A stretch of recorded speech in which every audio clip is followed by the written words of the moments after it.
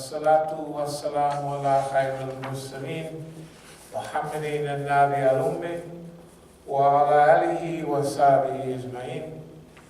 أما بعد يقول الله تعالى في القرآن الكريم إن الله وملائكته يصلون على النبي يا أيها الذين آمنوا صلوا عليه وسلموا تسليما. اللهم صل على سيدنا مولانا Muhammad sallallahu alayhi wa sallam. I guess today is January the 18th, 2018, and it's a Thursday, and we want to have a pre-Juma program because we're getting close to going back to Oakland. Now, believe it or not, I'll start at recently and go backwards instead of usually starting at the beginning and coming up. So when I went to Oakland in November, I was in the Masjid maybe the second night, and then here comes the SWAT team. This is maybe the third night, second or third night. Here comes the SWAT team with rifles, guns, all kind of bulletproof vests, armor, shields, the whole paraphernalia. That was in mid-November, probably around the 17th. So I was getting ready to go somewhere, and I had my I call it a trays, one of those mail boxes, those plastic trays for mail that the U.S. mail used. And I had in there, it was full of records, and the purpose of that was that I had went to Oakland for the specific reason of either contacting the ACLU, the NAACP, or getting a private attorney. And that was because now it was time to challenge the government. That includes the OPD, that includes Bank of America, that includes NSA, that includes the FBI, that includes literally the transportation industry, whatever they call themselves there. All of those people that have had contact with me over the last several years, we are taking them to court, and that was the purpose of going there. Now, when I got there, they confiscated all of my property. They confiscated every record that I had. Every piece of literature that I was going to use to challenge the government. So I went out to jail, and they dropped the first charge. I went back to the Masjid. They came back a couple of days after that, after I had filed a report with the Internal Investigation Group there in Oakland. And this time they was even more brutal than the first time. So they came to me, and they was beating on the door. Open up the door. I said, "Do you have a warrant? Who are you?" So it's the police. So I showed them, I went to the back window. By that time, it was at least 10 police all in the back, jumping up and down. So this right here is the deed to that property on 82nd Avenue and MacArthur Boulevard. And of course, the city of Oakland, and it has November 24th, 1981. That's when we bought it. Masjid al-Islam Non-Profit Corporation. That's whose name it's in. Then it has right here who paid the taxes, and it has my signature right there. It's owned by Masjid al-Islam, but it shows that I had clearly something to do with all of the buying and selling. Up here it has my slave name and my address where I've lived since 1955. So I handed that out the window, and the police snatched it in my hand. So I pulled back from the window and then pulled out of my sweatshirt that I had on. And by that time, they coming all through the window. So this is an assault on the masjid. That's what it is. And this is maybe the 5th or 6th time they've been there. And each time I've shown them, if I had time, the night before, a few nights before, they saw this paperwork. They even saw the paperwork from the last time that I had filed with the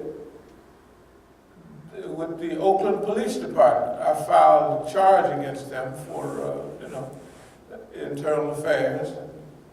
They came to the conclusion. All the paperwork was there. But they were arresting me anyway. Now that's the first arrest. I go out to Santa Rita, I come back, and I go back to the masjid, of course.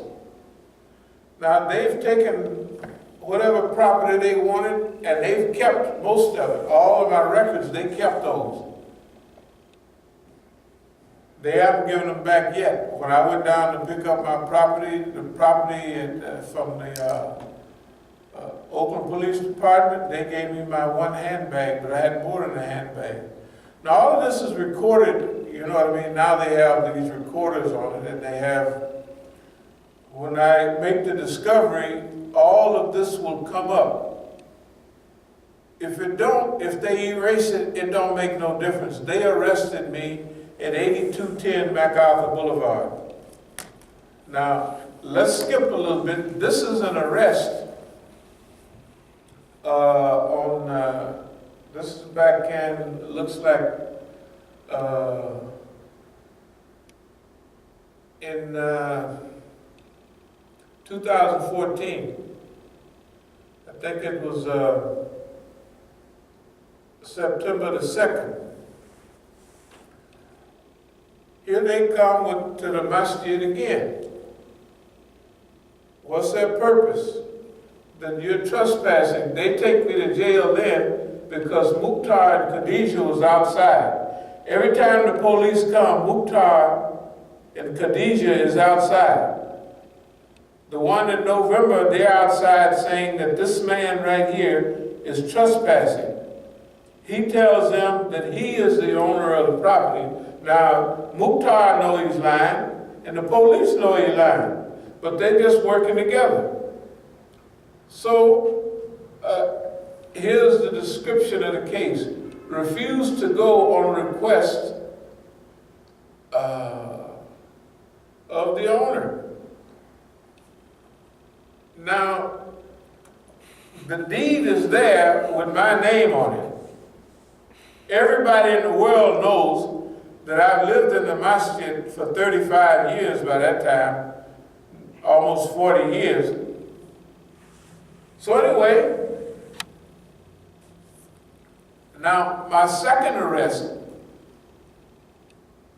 in November, a little over a month and a half ago, was when they're climbing through the windows, jumping through the window. They got their shoes on. Mukhtar called them again and said that this man, I had just hung up the phone from talking to the Oakland Police Department, Internal Affairs, and I just finished hanging up the phone, telling them that I had filed paperwork against the Oakland Police Department. As soon as I hang the phone up, here come the police, and who's there again? There's Mukhtar. Now the first arrest, he tells, this is what they say, now this is all on the discovery. Remember the body cams and all of that, and it don't make no difference whether they lie. I'm going to subpoena the police. I'm going to subpoena the arrest records. This is a discovery. I'm going to subpoena the records of every time I was arrested in Oakland, especially in recent years. Okay, so now here we are. He done called the police and told them that there's a terrorist in the masjid and he's armed, he has guns and everything. Now, it's not the first time Mukhtar did this. And the Oakland Police Department knows me better than they know their own family. I've demonstrated in front of the Oakland Police Department at least 20 times in the last couple of years. At least 20 times with loudspeakers. And I do it many times at the shift change. So I get, say around 2 to 4 o'clock, I get the shift change. Forget about the morning shift, but that afternoon shift. In that area, 73rd at the Eastmont Mall, and I catch them, they all know me. I'm outside in front of, I have called them on the phone. In fact, I've taken them the articles of cooperation, and I've taken them the deed to the property 2 or 3 times and said, I'm going back to D.C. I'm closing that masjid. I don't want anybody in there. That's what I told the Oakland Police Department. Now, I'm the only one that qualifies as a person to say that. No matter what phony paperwork that the police have directed Mukhtar and Khadijah to go get, they have broken. Here's what I'm telling you. They have violated so many civil rights and human rights that it's unbelievable. I'm going to mention a few of them, then I'm going to tell you why we allowed them to do that. But before I forget, the first reason is this. Something Mahatma Gandhi said before one of his big demonstrations. They're like, well, why? He said, you have to make either it's oppression or it's injustice. You have to make injustice visible. Let me say that again. You have to make injustice visible. In other words, everybody have to see it. In our case, you have to see it over and over again. So we have to allow them to go through their changes so that they will try to build a picture of who or what Masjid al-Islam is, about what we do, and all of those type of things. So we have to allow them to oppress us. Why? So it becomes visible. Now, I'll mention a few things so that you'll see, and we can't mention them all because it's just too much stuff.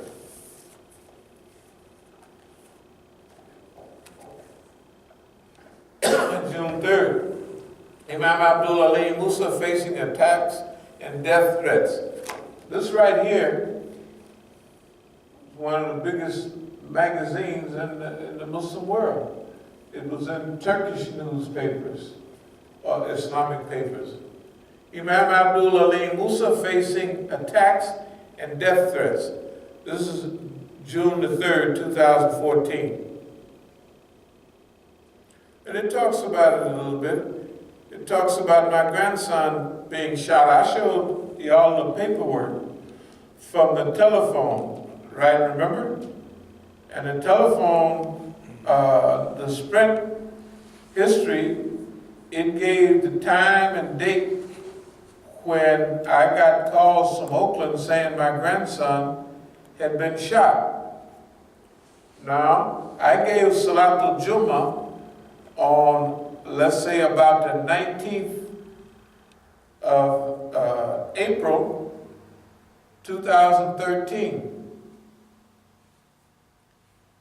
At that Jummah, Mukhtar jumped up and said that you are not kind to us anymore. That's what he's saying to me. You are not kind to us anymore. Now remember, I want you to picture Mukhtar. First picture of us here in D.C. Nobody in D.C. gets any salary. No matter how many of these camera pictures y'all take, you have received no salary. I don't receive a salary. Brother Tufel don't receive a salary. Now the teachers and all those people, they got salaries. But those of us who consider ourselves workers, we work fi sabilillah. In fact, we not only work for the cause, we raise money for the cause. Because of the bills of the school was an extra $4,000 a month. If we did that for 10 years or more, let's say that's $500,000. I don't have no job or anything like that. But anything they needed, they got it at the school. And the teachers receive not a salary, but it's a stipend. You know. So he's saying to me, you're not kind to us anymore. Now, when Abdul Malik left the leadership in 2008, and we allowed Mukhtar to move from janitor, you know what I mean, to Amir or what have you. We gave, just like those boxes over there, I gave him a couple of those boxes. Now everybody here knows that we go around with them boxes and we raise money. Yep. I gave boxes to Mukhtar, he never went around nowhere. And I got witnesses, and any time I'd ask him, you go anywhere? And I say, you know those books that I sent y'all? They're books. You know the bookstore here? The books, we bought most of the property we have here with books and oils. We bought all of that from hustling, getting out and working. And we had to pay for the books. You know what? The same books we ordered for ourselves here, we ordered for Oakland. And we paid for them here. They got them free in Oakland, and they never had no money. In Oakland, when they raised money for something, if it was this, that, or other, okay, if they raised $79,000 at the one fundraiser, we gave $35,000 of that from here. When they didn't pay the taxes out there, the taxes on January, it's about 12 years ago now. It is 13, good God, man. 2005, January 21st or the 27th, one of those. I went downtown Oakland and I paid over $48,000 cash for the taxes in Oakland. Oakland spent most of their time, if we had bought property, they had junk cars on the property, they had old cabs, they had the buildings full of old raggedy cassettes, ink cartridges. They didn't do anything with the property but let it go down for 10 years. I had to come out there, fix the roofs. I had to come out there and remodel the property and, you know, part of it. And that's thousands and thousands of dollars. And every time I go up and fix something, I come back and somebody done punched a hole in the roof. I think in some khutbahs I showed people bottles, plastic bottles that would fit down a drain that had tar on them and whatever, you can tell. That's what I always found in Oakland. In other words, sabotage. So Mukhtar is telling us 2013, April 19th. At that same Jummah, Sundiata and the ex-principal, Luqman, about 10 of the brothers that used to be there, come strolling in at Jummah. And all looking funny. And they on, so I'm giving a nice, friendly khutbah. Khutbah's over, I'm going over to serve food. Mukhtar jumps up on the thing. you are not nice to us anymore. And he opens up the floor for all these 10 guys that haven't been there and I don't know when, right?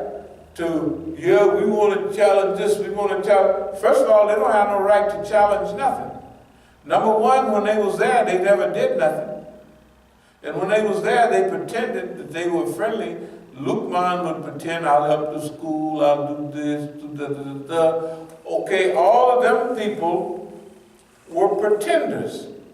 Now at the same time, the property is being managed in a way that, you know, all the fines we had to pay over on A Street, because people would mess it up, and as though they would call the city to say, look, this is a violation.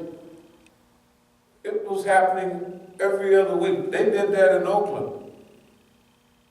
So, I done paid recently $24,000, $22,000, almost $23,000, and not taxes, but just fines that they generated there.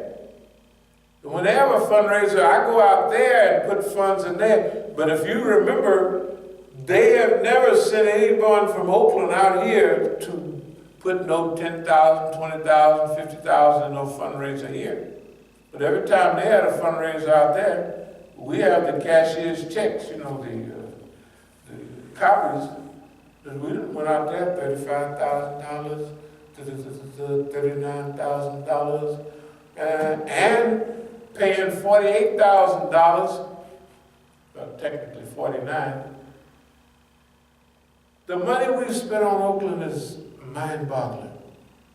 And he gets up and says, you're not kind to us anymore. The difference between Mukhtar and us here is, I put $35,000 over a period of time in an account for him to manage affairs. You know why?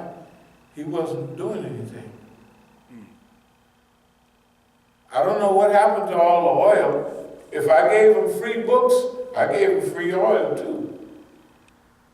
I would carry boxes of car. The car would be sitting down low in the back with oil. That's $40,000 worth of oil, easy. Easy. What do they do with money? And I'm telling you this so people in Oakland now, the people in Oakland are going to have to remember this, because one of the things I'm going to do on these little trials I'm going to have, I'm going to be calling them people in Oakland. They're going to have to answer, you know, publicly. Abdul-Malik them, they're going to have to answer publicly. And all this stuff, police, Mukhtar them come